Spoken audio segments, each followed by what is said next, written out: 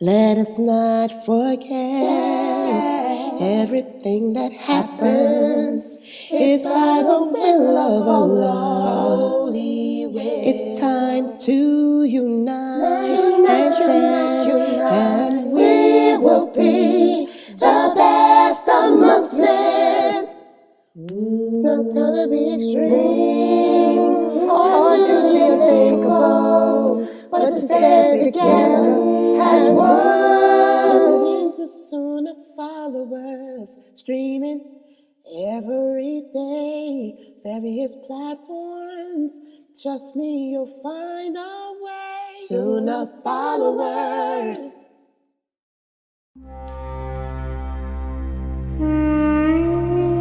She was the first female doctor of Islam, trained by her father as he was trained by his father. Her hospital was attached to the masjid, and she performed the first plastic surgery. Join Ustada Lailanasheeba as she details the magnificent story of Rufaydah.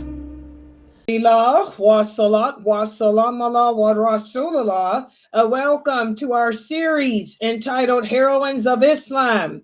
Heroines of Islam, and this has become one of our popular series. Why? Because just like the Caliphate of Abu Bakr and our series on the life of the Prophet, sallallahu alaihi wasallam, all three of these series, not only are we teaching you about the Prophet Muhammad sallallahu alaihi wasallam and his companions, but we're also teaching you the history of Islam as well. You know, by learning about these magnificent people, you know, we get to learn how our religion began and how it spread. And this is important. And it also helps to do away with the misconceptions. And there are so many misconceptions about women in Islam. That's what led me to teach this series again. I hadn't taught this series in years, but I'm enjoying teaching it because I'm able to reinforce in this day, 2024, I am able to reinforce, you know, the truth and reality about Islam, that Islam is not an oppressive way of life. And it is not oppressive towards women. As you guys can see in all of these women's stories, women are equal to men spiritually. The women were right there with the men on the battlefield. They were right there with the men helping to pave the way for us. They were present during the Treaty of Hudaybiyah. They were present during the Prophet's arrival to Medina.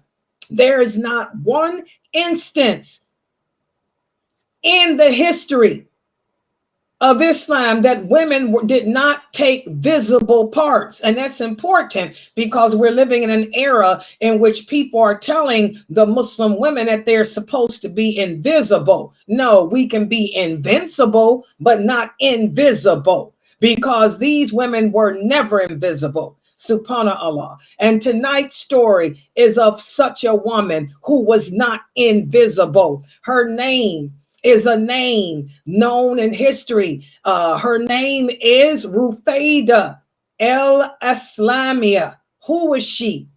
She was the first female physician for the Muslims. The first female physician for the Muslims. And she was very visible on the battlefield and off the battlefield. She was very visible, so visible that laws were made in Islam because of her.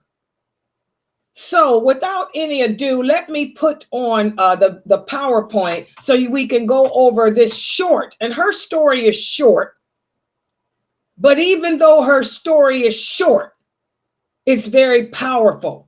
And her legacy lives on today.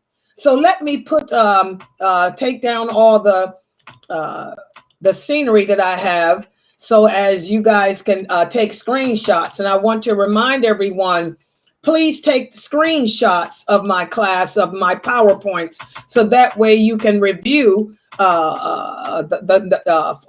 review everything after class, and also use it for the quizzes we have and such. So let me take you guys to the snow for a minute, and while I set up the at least the opening of my slide. Oh, I did the wrong thing. I'm sorry. I'm going to give you guys an opening of of this. I'm sorry. One day I'll get it together. Okay. You guys can look at that while I set it up in my Zoom room too. Okay, let's see what they got. What's this? Oh, this is YouTube. Okay, let me take it to my YouTube channel. And then take it to the live. Okay, so the people on Facebook, on YouTube, Zoom room, you can see it on the YouTube. And for everyone else, let's make it large so we can begin this magnificent story of this magnificent woman of Islam, this magnificent heroine of Islam. Hold on, let me take it back. Yeah, don't ask me how I messed up. Okay, let's take it back full screen. Now I know what I did wrong. I'll click on this. Okay, so inshallah, there it is. Tonight's story is the story of a woman named Rufaydah al Aslamiyah. And you guys have heard mention of her in some of the lectures of Mukhtar. Mukhtar's given the life of the Prophet, and we've talked, her name has come up, or mention of her has come up. And even during the Caliphate of Abu Bakr, her name and her brother and her father's name have come up. Okay, so let's go over her story.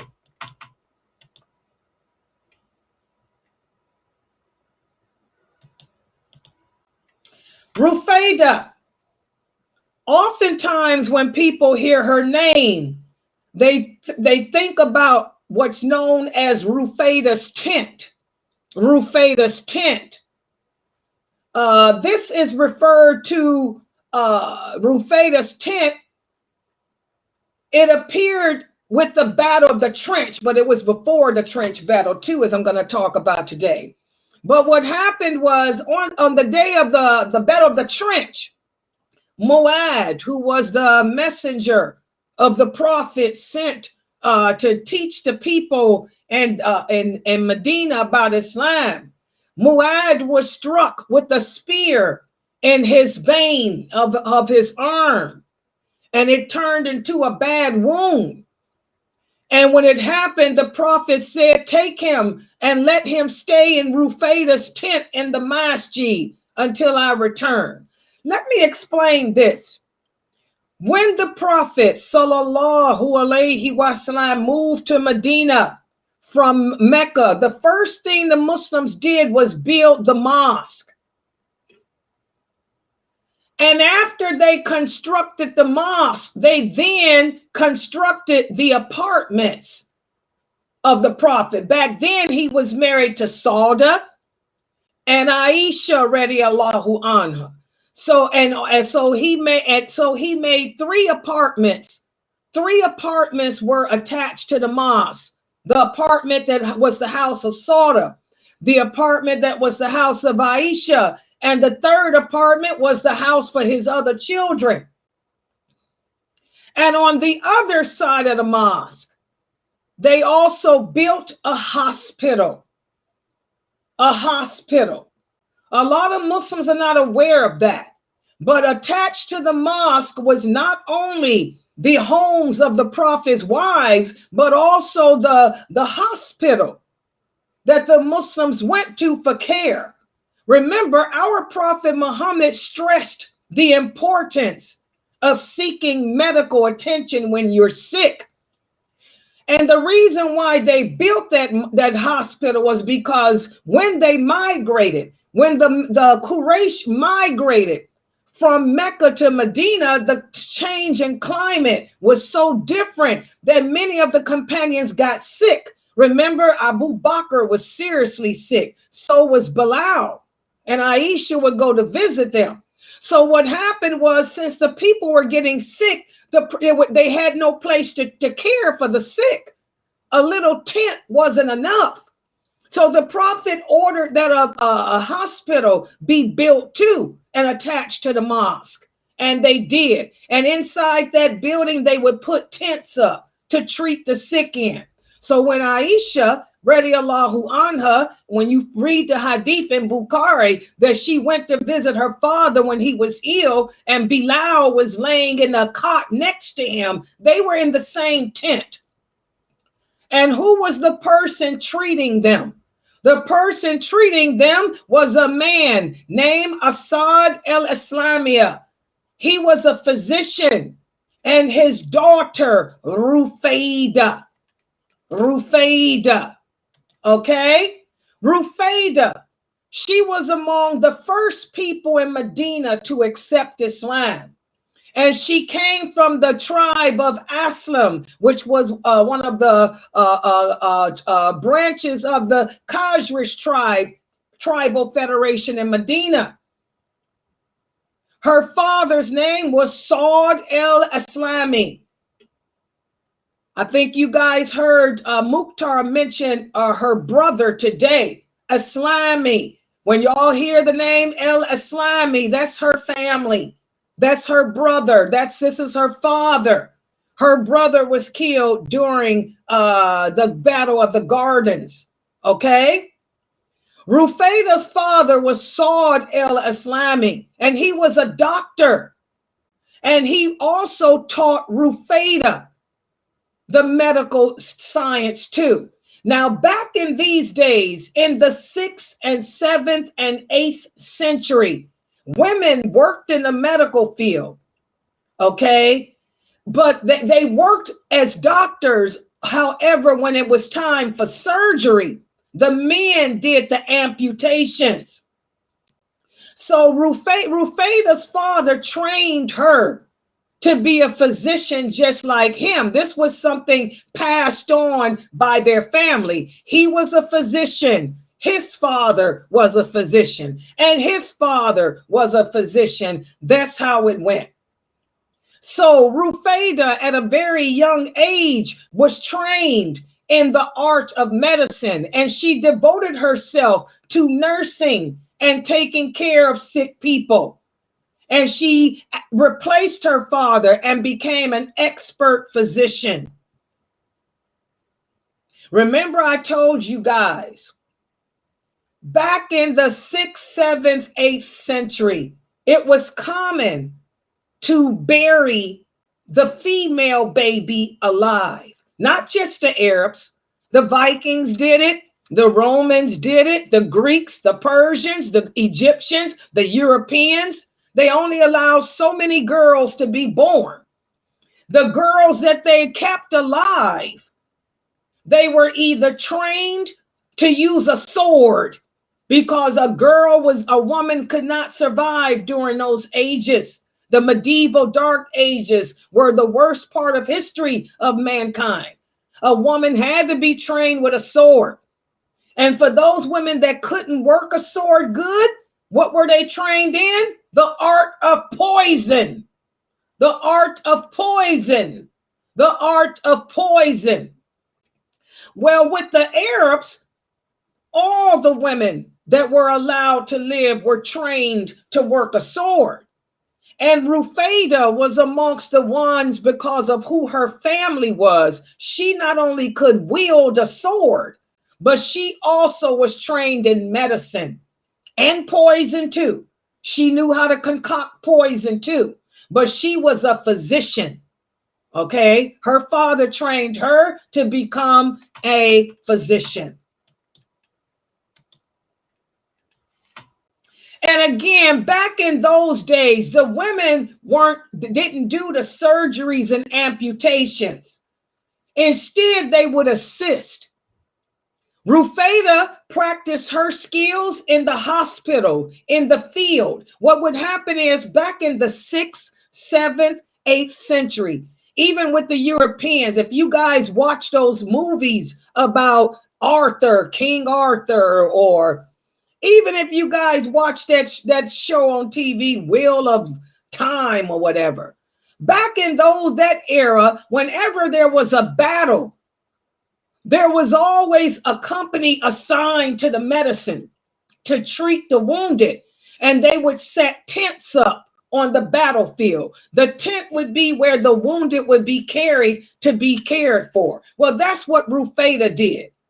Whenever there was a battle, the prophet had any battle, even the battle of Badr, she would go out in the field and set up a tent to help take care of the wounded. And if the people were seriously wounded, if a person was seriously wounded, they would put the person on a stretcher and carry him back or carry her back to the hospital attached to the mosque so her father could do whatever amputations were needed. And this is how it did. And so the Prophet Muhammad sallallahu alaihi wasallam, for all his battles, she would go out on the battlefield with them and she would set up her tent. And the Prophet would order all wounded people, whoever was injured or wounded, to be carried to her tent so she could treat them. That's why the Prophet says in so many hadiths, whenever you get sick, seek medical attention and don't pretend to be a doctor if you're not.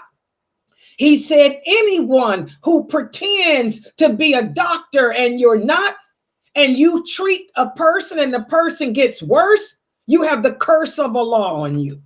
The Prophet was all about medicine, taking medicine and seeking the advice of a physician.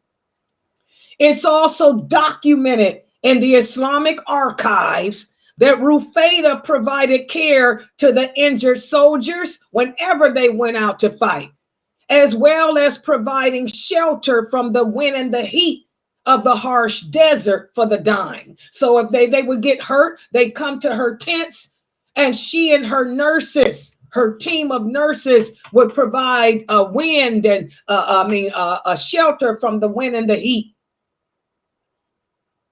Also, guys, many people don't know this. Rufaydah, radiallahu anha, she actually spent out of her own money.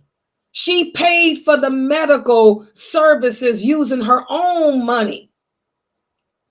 So she didn't charge consultation fees. She didn't charge medical fees. Neither did her father. Instead, she spent generously and hoped to get her reward from Allah alone. And she was present with many of the battles of the companions fought in. Okay, so I just want y'all to know, and you will read about her in many hadiths. When you read about the different battles, her name will come up in Bukhari, Muslim, and the other hadiths. Rufaydah, she implemented her clinical skills and medical experience into developing the first ever. She had the first ever, and this is documented by the non-Muslims too. She created the first ever mobile care unit that was able to meet the medical needs of the community.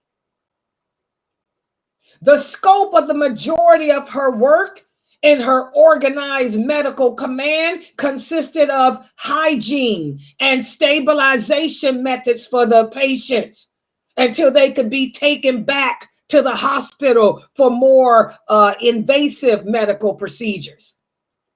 And during the military expeditions, Rufaydah led groups of volunteer nurses who went on the battlefield to treat the casualties. She was there for all the battles, including the Battle of the Trench, Khaybar, and others. So when you read those hadiths in Bukhari and Muslim of Aisha radiallahu anha, Sauda radiallahu anha, Safiya, radiallahu anha, who was mad. The prophet's aunt, Safiya, who was mad because the prophet told her that he didn't need her to fight. So, okay, I volunteered to work the field. They were all working underneath Rufaydah as nurses. And when you read the biography of the prophet, you see that there were a number of female companions who went out into the battlefields to take care of the wounded and give them water. But it was Rufaydah's tent that specialized in this expertise and also treated the injured. Remember, we went over the story of Aisha, how it's even mentioned in Sahih Bukhari, how when the Battle of Badr was taking place, Aisha was jumping and running over had to raise up her shift to get, because so many bodies were falling, and she was trying to get to them, to get them out of the desert's heat, to take them to the tent, to Rufaydah's tent, so they could be sheltered from the wind. Also in Rufaydah's tent, she kept surgical equipment, such as bandages for dressing wounds, special food, and many nurses. And of course, Aisha was one. So, you know, many of the female companions, guys, like I tell you guys, they didn't sit at home twiddling their thumbs while their men fought. Either they were out there on the battlefield fighting with them, or many of them had volunteered after being trained, because Rufaydah trained them. She wouldn't allow them to go out there without her training them. She would train them to go out and work with her as a nurse. And they all respected the covering, because after the Battle of Badr, that's when Allah sent down the command about hijab and jilbab. They wore hijab and jilbab. And by the way, this picture here, this is how they most likely dressed in the 7th century. I did generate this picture. This is a shift. Remember I told you, you read the hadiths, Aisha wore shifts. This is a shift. And they would wear their hijabs. So this is most likely how they dressed back in the 7th century. I did this one for 7th century as a nurse, the Arab women as a nurse. And Rufaydah trained a lot of them. When the Prophet Muhammad sallallahu alaihi wasallam's army, for example, was getting ready to go fight the Battle of Khaybar, Rufaydah and a group of volunteer nurses went to him and they asked, "O Prophet of Allah, we want to go with you too. And we want to treat the injured and help as much as we can." The Prophet said, "Of course you can come." And those nurses did such a good job at the Battle of Khaybar that the Prophet assigned a share of the war booty to Rufaydah. And her share was equivalent to that the soldiers got. Remember, this battle was so great. This was the battle when Allah sent down the verses saying that a woman can receive the war booty too. The Prophet also gave the part of the world war booty to Nusayba, Amira, and them too. So for people that think that Muslim women are oppressed and invisible, they need to learn about the companions. They need to learn that the female companions were never invisible and they were never oppressed. They were right there receiving war booty and everything and helping. And again, the medical hospital was attached to the mosque of the Prophet. And if a person was wounded badly, he would be carried back to the hospital so her father could do the amputations if needed. Now we have one companion, and this is recorded in Bukhari. We have one companion who lost his nose during the Battle of Badr. Rufaydah went back. He was so seriously injured that she went back with him to the hospital and assisted her father. They made him a nose out of gold. So for those Muslims that say plastic surgery is haram, they better go learn because plastic surgery was done back in the time of the Prophet too. Rufaydah radiallahu anha and her father did plastic surgery and replaced the nose of this companion with a nose made of gold. There's also another hadith where they replaced another man's nose with silver who had lost it after the Battle of the Trench. So plastic surgery is not haram, and plastic surgery is nothing new. We have to be careful using the word haram, haram, haram when it's not. Okay? Even during times of peace, Rufaydah was not invisible. During times of peace, she continued her involvement with humanitarian efforts by providing free medical assistance to Muslims who were in need. She would go around and check on everybody. She would do physical exams to make sure that the children were fine, the women were fine. She'd even go and do exams, with her father on the men. She'd assist her father in caring for the men. Health is so important. That's when all these hadiths came down, where the Prophet sallallahu alaihi wasallam said, Allah never sends a sickness without a treatment. So if you get sick, take the treatment, and perhaps Allah will send a cure. When the people would come to the Prophet complaining of sicknesses, he would send them to Rufaydah and her father. Rufaydah is depicted as being a kind, empathetic woman who was a great nurse and a great social worker too. With her clinical skills, she trained other women, including Aisha, to be nurse and to work in the area of healthcare. She was a social worker too, helping to solve social problems that were associated with disease. The Prophet would consult with her whenever a pandemic broke out. The Prophet would ask for her expertise. Does this sound like like women were invisible? She took care of the children and also took care of the orphans. But her story doesn't end there. Stories about her work were passed on from generation to generation.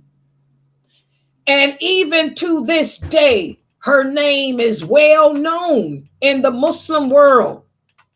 In Pakistan, where Brother Ahmad lives, a building at the famous College of Nursing and Midwifery, the Aga Khan University, was named after her. Also in Bahrain, an annual Rufaydah al Aslamiyah Prize in Nursing is awarded at the University of Bahrain each year. Also, each year, the Royal College of Surgeons in Ireland at the University of Bahrain awards one student a prestigious award in the name of Rufaydah al Aslamiyah. So again, her legacy lives on to this day. And Rufaydah al Aslamiyah, she introduced nursing to the Muslim world 200 years before Florence Nightingale. They call Florence Nightingale the founder of modern nursing. Well, guess what? Rufaydah was doing it 200 years before her. So that's the story of Rufaydah. And by the way, this is another way that the nurses dressed during the 7th century. This is when they all adapted white. This became global. Whenever you see a woman in white, that's nursing. That's what the Romans did, the Greeks, the Persians, and the Arabs. However, the Arabs, adapted the hijab to cover the woman up so that she doesn't, show her hair. And also the Persian women were like this too. So that's the story of Rufaydah. We don't have any more information about her. I know you guys are probably wondering, when did she die? You know, did she live long and all of that?